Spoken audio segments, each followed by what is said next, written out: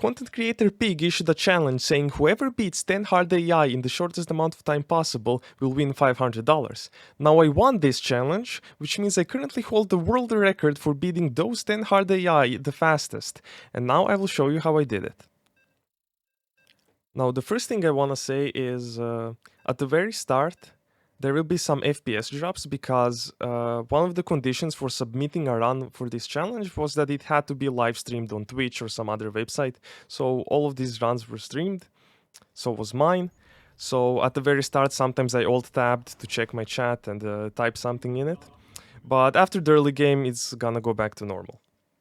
Now, the first thing I want to say is this challenge is a bit different from the 1v7 in the way that the 1v7 is impossible, but this challenge is actually relatively easy. The difficulty of this challenge comes from the fact that it's a speedrun challenge, which means you wanna go fast, you need to beat it as fast as possible, which in turn means you need to find a way to balance greed and defense. Because it's very easy to just defend everything, to defend all of their pushes, but you're competing against other players. So if you try to play to have a 100% win rate, you simply just won't get the world record and you won't get the $500. So this means you have to accept the fact that some games, some tries, some attempts are gonna be insta losses and you're gonna have to reset. And so very quickly, every Protoss player basically realized that the best build to do is 4 Nexus, and then you defend with cannons at the front, make a Nexus at the front as well to block and bug out the AI, and then go into carriers. This is what every Protoss did, but it's still very RNG because you can't defend everything with it, but it's necessary to do this if you want to have the fastest time. So let's talk about the RNG a little bit. Sometimes you will just instantly lose the game because they will banelink bust you, for example, and you don't really have any way of holding it because you're holding with cannons and all your cannons and batteries are clumped up, and banelinks do extra damage against buildings. So what happens is they will run in with 5 banelings, and those 5 banelings will explode like 4 of your cannons, and suddenly you are broke, you don't have enough money to rebuild, and you will just die to the push from the other AIs. Now you can also get extremely lucky, and sometimes they will attack you with like Adepts and Hellions, which is just perfect. Both of those units just suck a lot against cannons. So that's a very easy defense, you're happy, and them attacking you also means they likely didn't expand. Expanding is another thing that relates to RNG. You don't really want them to expand, maybe you want some players to expand. I'm not exactly sure what the perfect RNG would be, but them not expanding means that they have only one command center, nexus, or hatchery, which means they're also a lot easier to kill. Because the condition for the AIs to surrender is killing their main building and them not being able to re-establish mining. If they have no chance of re-establishing mining, they will most likely surrender, and then you won. So what you do is you just make carriers, and then you go around sniping all of the nexuses and hatcheries, and then if they don't have enough money, they will simply surrender. You ignore their other buildings, you ignore their armies. Now, I want to say this is not consistent. We don't exactly know what exactly makes the AI surrender, but the not being able to mine thing is the most established reason we have, but sometimes even that doesn't work.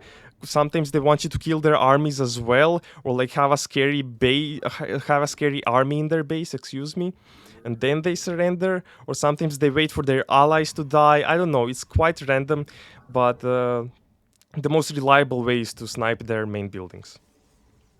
Now Protoss is the best race for this challenge because we simply just have the best unit for it. Carriers are really nice because, well, first of all, they're air units, and second of all, they have a lot of range. They have like 10 range or something once the interceptors are released, and they don't need to stand still in order to attack. This means you click on the nexus, the interceptors release, and then you can start moving around and dodging their armies again. So it's very easy for carriers to maneuver around, and they're very hard to kill because, well, you don't need to stand still to shoot, and you have like 10 range. It's insane. And you can say the same about battle cruisers, I guess. Battle cruisers can move around and shoot, but the problem is the battle cruisers can't dodge the enemy armies as well as carriers can, and battle cruisers die.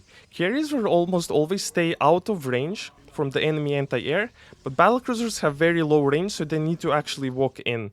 And also, battle cruisers are more expensive on the gas front than carriers are, which is a bit tricky for Terran.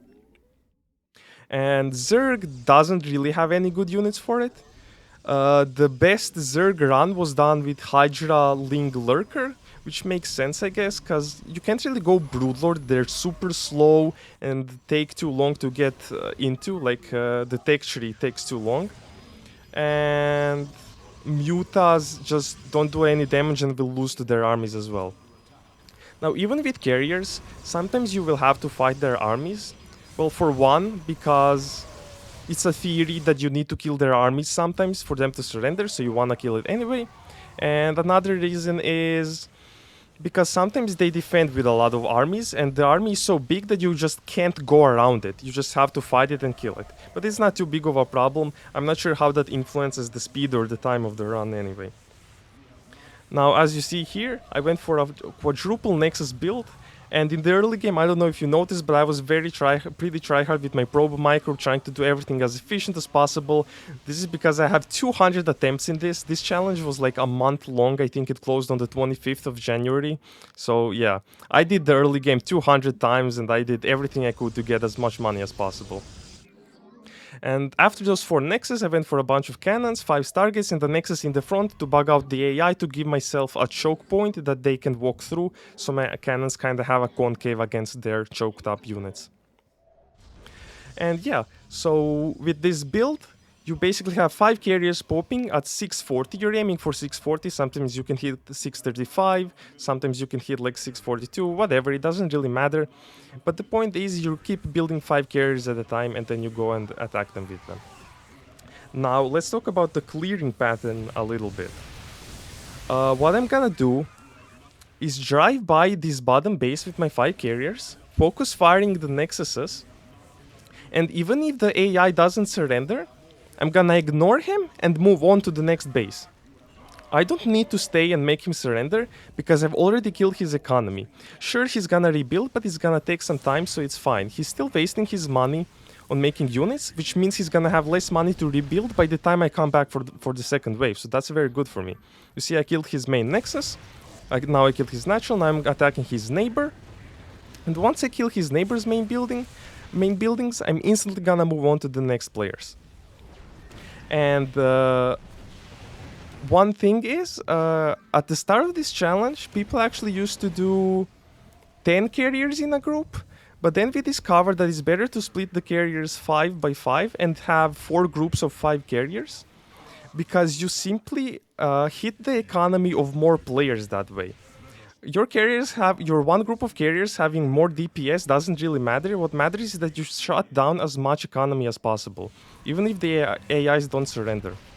And that's also one of the biggest problems I had in this challenge is tracking the player surrenders. Because you also don't want to accept their surrender request, because if you accept it, that means their money gets split and shared to his other allies. Which means that those allies are gonna have more money to rebuild. And remember that I said, if they have a worker and they can rebuild a command center or a nexus, they will not surrender. So that's tricky, that's why you wanna start them and not give them any money.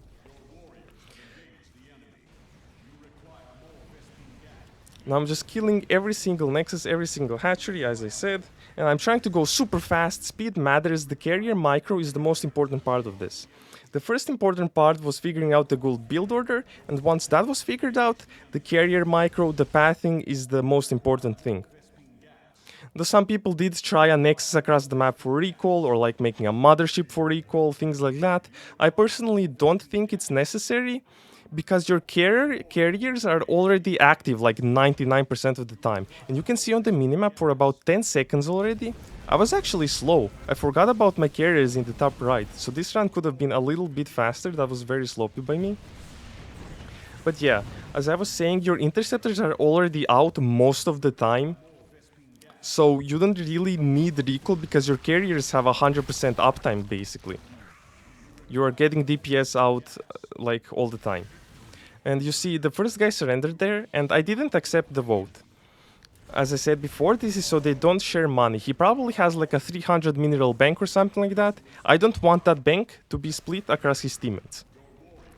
And now this becomes a little bit annoying eventually because the whole right side of my screen is gonna be filled up with those surrender requests. And that's what I really don't like about this. Now I got very lucky here with the player 10 surrendering because he's a Zerg player and he's the furthest one away from my base. And Zerg players are usually very hard to kill because they actually burrowed their drones. Sometimes you will finish people off and force them to surrender by killing every single worker, but with Zergs it's actually impossible because they burrow. And I'm making a mistake here by making more carriers. And I'm also playing sloppy because I'm not sacrificing probes. At some point around the 9-minute mark, when you start getting maxed out, I think you're supposed to sacrifice probes to free up supply. And then you can make more units. And then, instead of making more carriers, you actually want to make Voiders. At first, Voiders are bad because they can't fight and they are only good at sniping buildings. And they can get picked off, they don't have a lot of range. That's why they're not good at first. But later on, they're very good because you're approaching the end of the game and the Voyagers move super fast and build super fast. So they get activated quicker, which just means they can actually help you end the game faster. Now, a lot of people surrendered. I haven't been keeping track because this is a voiceover. As I said, I have like 200 attempts of this. I didn't commentate them all. So I don't actually know who surrendered and who didn't, but I believe the last guy here is purple now. So when I kill his lair, I think I'm gonna win the game. I'm just opening chat here because even I lost track while playing this of who surrendered and who didn't. So I opened chat to see who did. Because I actually got like 4 or 3 surrenders at the same time this game. And there we go, last guy surrendered and I won the game there. But yeah, as I said, I got like 4 or 3 surrenders at the exact same time, which made it very hard to keep track of them. But yeah, this was my world record run of the challenge. 11:38 was my time. And I think the second fastest time was 11:46 or something like that.